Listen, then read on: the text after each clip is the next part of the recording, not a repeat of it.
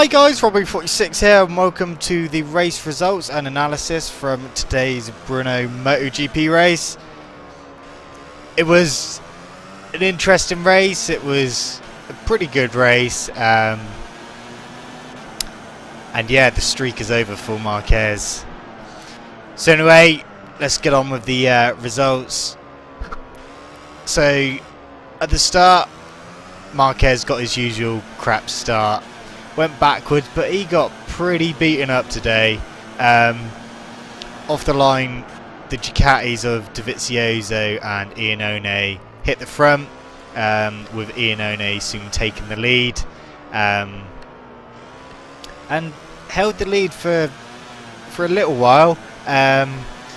They soon came under attack from Jorge Lorenzo, who looked more like his usual self this weekend. He's been going well all weekend. Quickest is warm-up by 0.4 of a second. So he took the lead over from Iannone. And Pedrosa as well, who's been a bit quiet the past two races. He soon got back, well, past the Ducatis of Iannone and Dovizioso. And by this time, Lorenzo had a little bit of a lead, so it's up to Pedrosa to try and see if he could hunt it down. Rossi was next along to try and get past the Ducatis. He eventually did this, and then Marquez followed him through. Well, actually, they got past Dovizioso a little bit as Iannone gapped him a tiny bit. And then Marquez got past Rossi, and then fireworks happened. Marquez and Iannone's battle today was unbelievable. I know it didn't last long, but when it happened, it was a real treat to watch. Marquez went up the inside of Iannone, and then Iannone decided to fight back straight away. Underneath Marquez, they traded places a couple of times, and then Marquez was just in front of Iannone, and Iannone shoved it up the inside, even hitting Marquez and just barging him out of the way. Marquez got him back, and then Iannone got him back yet again and pushed Marquez wide. And then Marquez eventually got back past Iannone, and that's how it stayed. Rossi soon got past Iannone as well. But it was just great to see the old aggression of Andrea Iannone coming out from his Moto2 day, well, and his 125 days. We know he's got good pace. We know he's got aggression in him. But it's just great to see him dishing out on Marquez for a change. When usually it's Marquez who dishes out on other people. So yeah, that was great to see. So at the front, Pedrosa eventually caught up to Jorge Lorenzo and passed him, and that's pretty much how it stayed the front two for the rest of the race. Pedrosa just putting in a few quick laps here and there to just extend his lead a bit. And it was whether Marquez could catch Jorge Lorenzo, and he was trying. Unfortunately for Cal Crutchlow, he ended up crashing out the race. Got back on his bike, went into the pits, came back out, set a really quick lap time, but then ended up coming back in the pits. Michael Laverty and Paul Espargaro both had crashes on exactly the same lap at different parts of the track. So not good for Paul or Laverty. It's not good to see either of them crash out, to be honest. Obviously it's Paul's first year, so you would expect it, but Laverty, it's not really good for the team. I know he's on not the best bike in the world, so he is having to override it, which is a shame. But unfortunately for him, no points. Further down the pack, Leon Camia was fighting with Carl Abraham, and Hiroshi Ayama, all in points positions.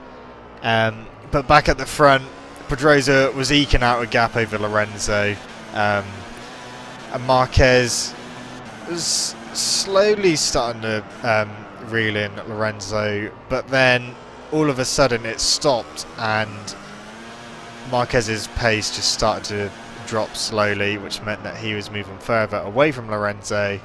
And by this time they all had even gaps of about, I don't know, probably about a second between Pedrosa, Lorenzo Marquez, and Marquez and Rossi.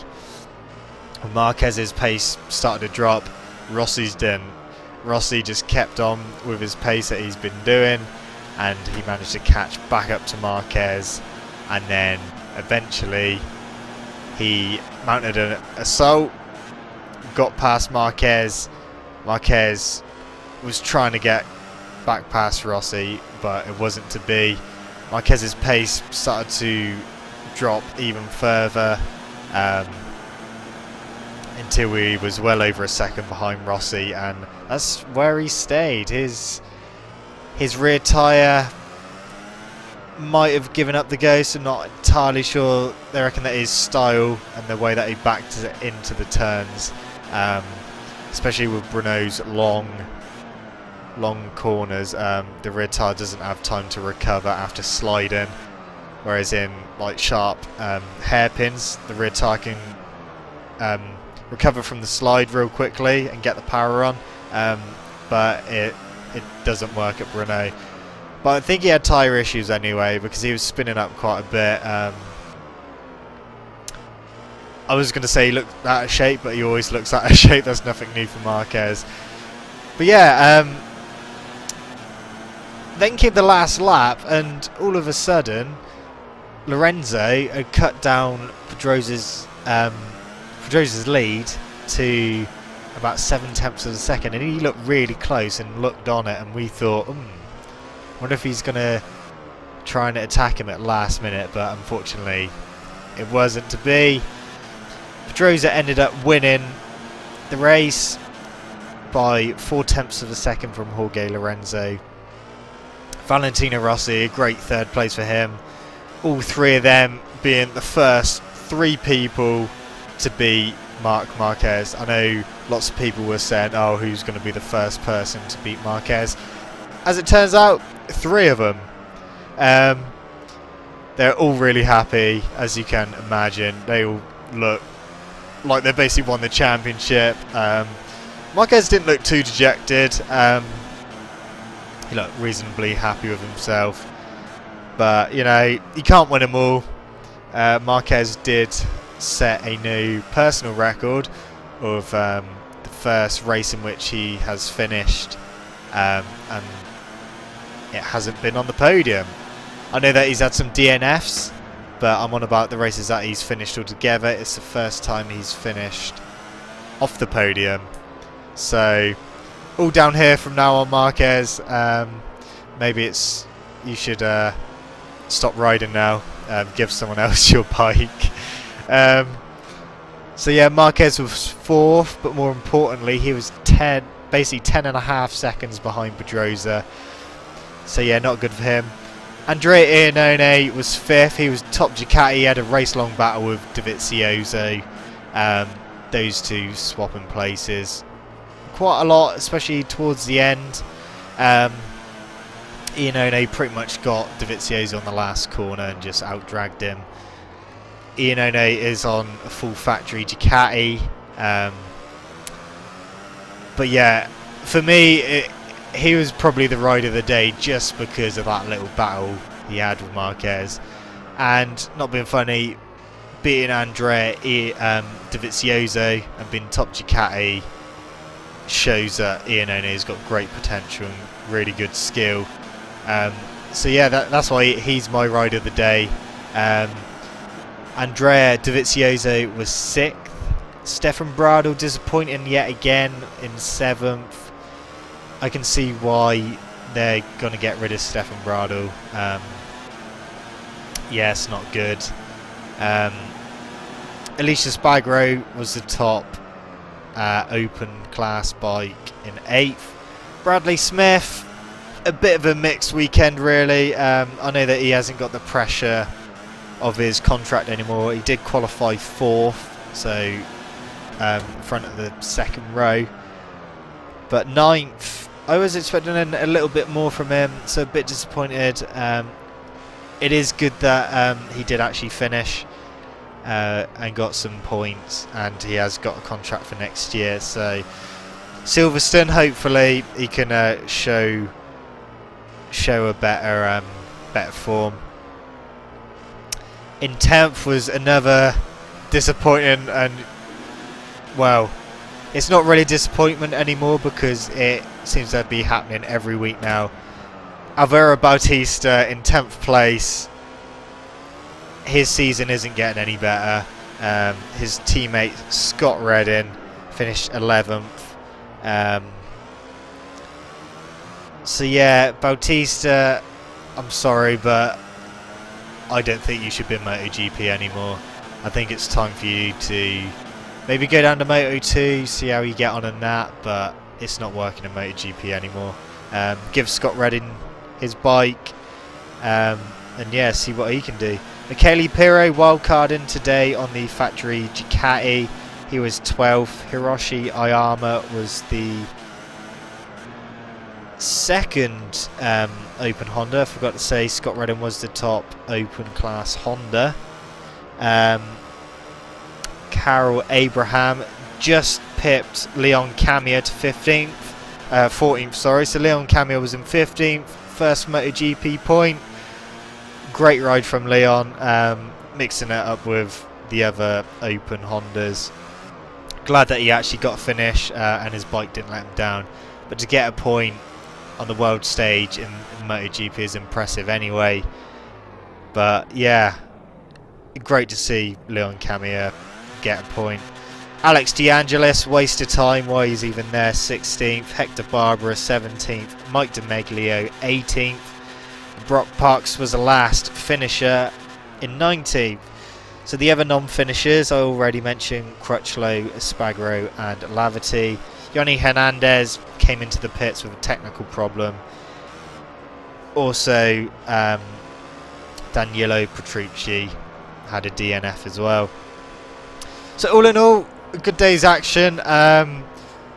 Moto 3 was an unbelievable race, probably the best race of the day. For those of you that watch it and know what I'm talking about, it was just unbelievable racing. At one point, well, most of the race, there was 17 riders in the leading group, which was just impressive and such good fun to watch. Moto 2 was usual Moto 2 that has been this season. It just kind of got strung out, and then we had MotoGP, which was a good race. So Marc Marquez, for the first time in his career, for the races that he has finished anyway, he has finished for the first time off the podium.